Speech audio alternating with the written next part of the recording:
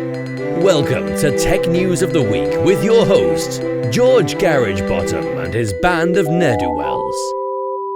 Welcome to Tantric Ninja Time Warps? Family show. Definitely not.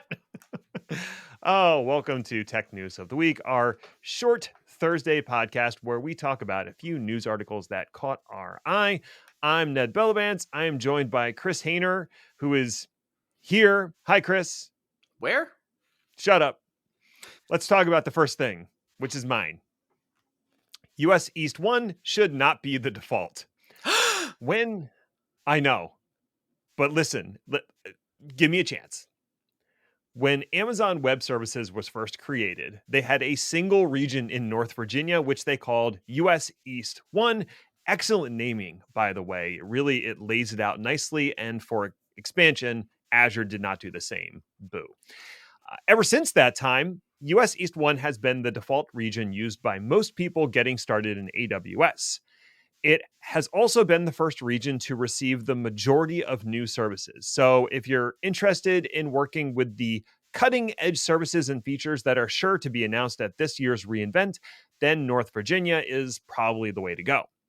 However, if you want to make sure your cloud services are as available as possible, then you might want to look somewhere else. According to data gathered by monitoring outfit StatusGator, North Virginia is the least reliable region, with 23 outages in 2022, accounting for 61 hours of downtime. The second least reliable region is Oregon, with only 5 outages and 7 hours of downtime. That's a significant difference. StatusGator goes on to theorize that US East 1 has the most customers and services and therefore has the most potential for an outage, especially under high load. That being said, if uptime and reliability are your most important priorities, you may want to look to our neighbors to the north, with Montreal having 0 outages in 2022. Or if you have to stay in the United States, Northern California also had 0 outages. Sure, you'll be missing out on some services that you'll likely never use, but you also won't have to worry about S3 going down. Again. Sorry. As a side note, AWS chose to build their regions in a very compartmentalized fashion.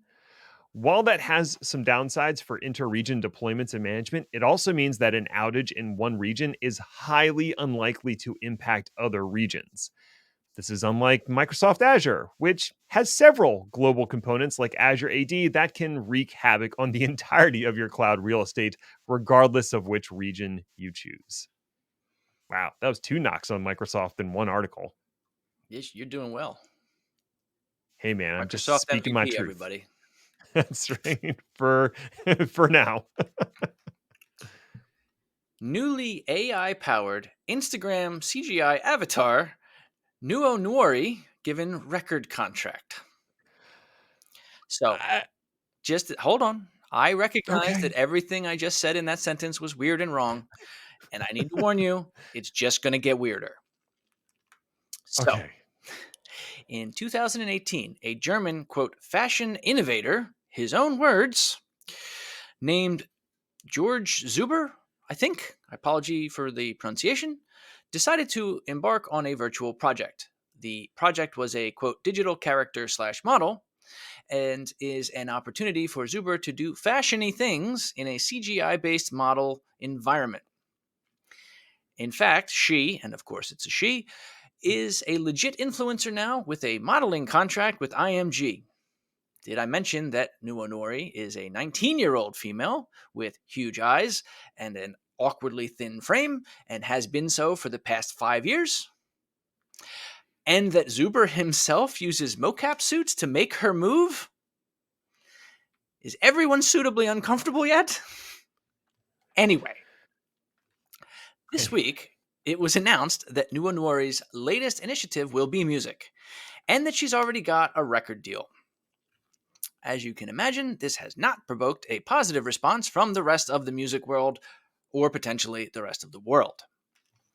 The Musicians Union of the UK is already calling for legislation, and considering the still unresolved SAG Writers Guild strike here in the States, I have to assume a lot more resistance to this idea from Warner Records is coming soon.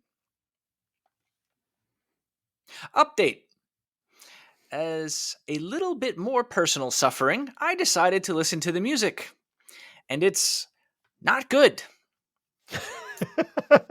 It's Shock and awe. hyper processed, super safe bubblegum pop dance music with enough voice filters for people to think that it's some type of significant art. You can't really make out any lyrics, but to be fair, lyrics are really not important to this type of mass produced nonsense, regardless if the singer is human or not. God, I'm old. The song by Nuanwari and collaborators is called Dominoes. If you would like to experience it for yourself, I'm not going to link it because no. Fair. Last update. A little more research, not by me, by other people, has picked out nearly all the other songs that Dominoes was inspired by. Because of course it was.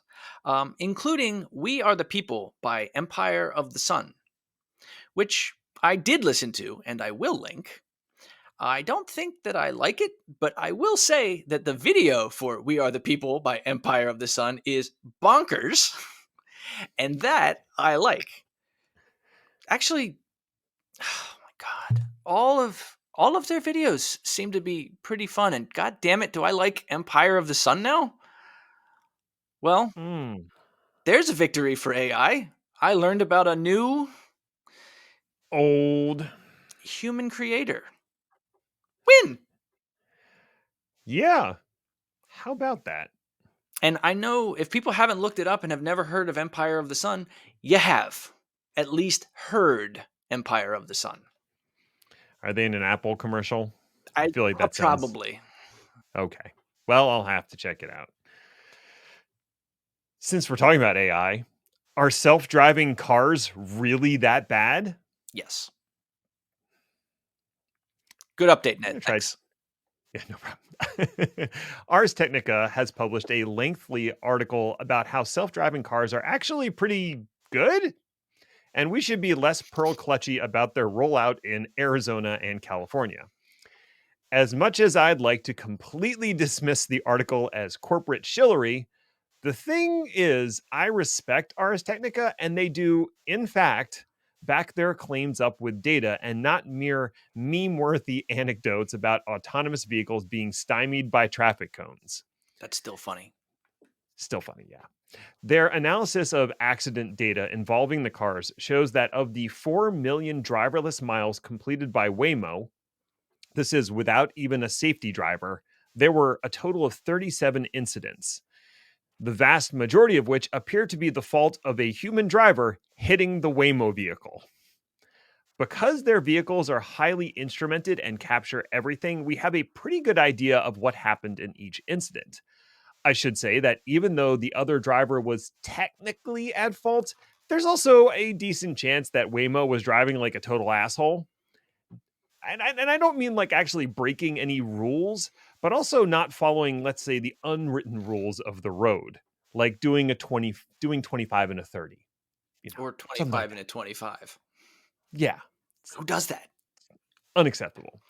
Still, a mere 37 incidents over 4 million miles with no fatalities or major injuries is it's a pretty good driving record, and certainly better than most humans, which, according to the National Highway Transport and Safety Board, have a major accident every 500,000 miles.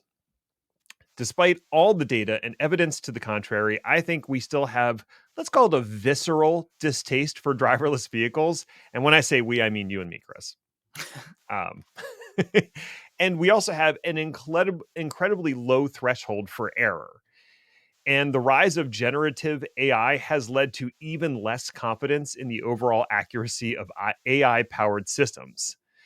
Any number of accidents, no matter how minor or faultless on the part of the autonomous vehicle, will be viewed as a failure and cause to take drastic action like, I don't know, having the available fleet of cruise vehicles in San Francisco. And I'm going to be honest here. Faced with a choice between a human-operated taxi and an autonomous Waymo, I'm going to pick the taxi every time. And I hate talking to strangers and awkward interactions in a car. I'm a prime candidate for Waymo. I have no doubt that Waymo and Cruise are the future, but it might take a generation or two to let go of our preconceptions and biases. No, it's the cars that suck. Okay. I have convinced no one. Facebook floating paid model in EU after EU continues to be tired of Facebook's shit. Facebook, long the industry torchbearer of destroying user privacy for personal profit, is once again in trouble in the EU. GDPR, which basically only the ad industry dislikes, is once again behind this.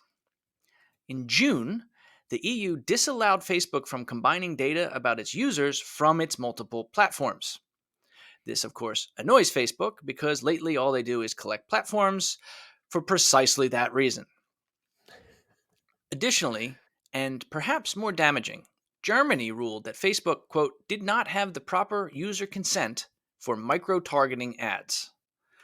Amazingly, this ruling came out of the German Federal Cartel Office. I haven't ever considered calling Facebook a cartel, but it's definitely in the rotation now. Now, it's important to remember that this is not the first time Facebook has threatened a subscription model, but they have always backed down because deep down they know that they can make more money from abusing their users' trust than dealing with them fairly. Time will tell if the EU ruling changes that. Facebook average revenue per user has been pretty steady, hovering around $50 per user per quarter in the United States since COVID. In Europe, that number is lower, more like $15 or $17. I wonder what American consumers would think if their EU counterparts were able to get Facebook with some measure of real privacy for the low, low price of, what, $5 a month? $9 a month? There's a number that they would pay. Maybe.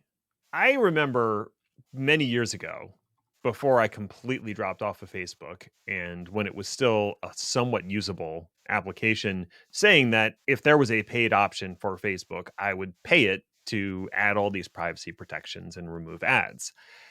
At this point, I think the product itself is so awful, even without ads, that True. there's no amount of money that I would pay to be on Facebook. Yeah, I mean that is a valid concern / complaint. And while I said that the Facebook average revenue per user has been steady, that's only for the past 4 years. It was closer to $20 a month back in 2014, 2015, and has declined since then. So people in the US are also getting tired of Facebook shit. And I think there's also a exhaustion with the ad industry in general, a rise in ad blockers, and just people being disinterested with the platform in general. Not exactly technological, but technologic-ish. Adjacent? No, my name's Chris. Just like us. We're technology adjacent. How about that? Well, thanks for listening to Tech News of the Week. Go away. Bye.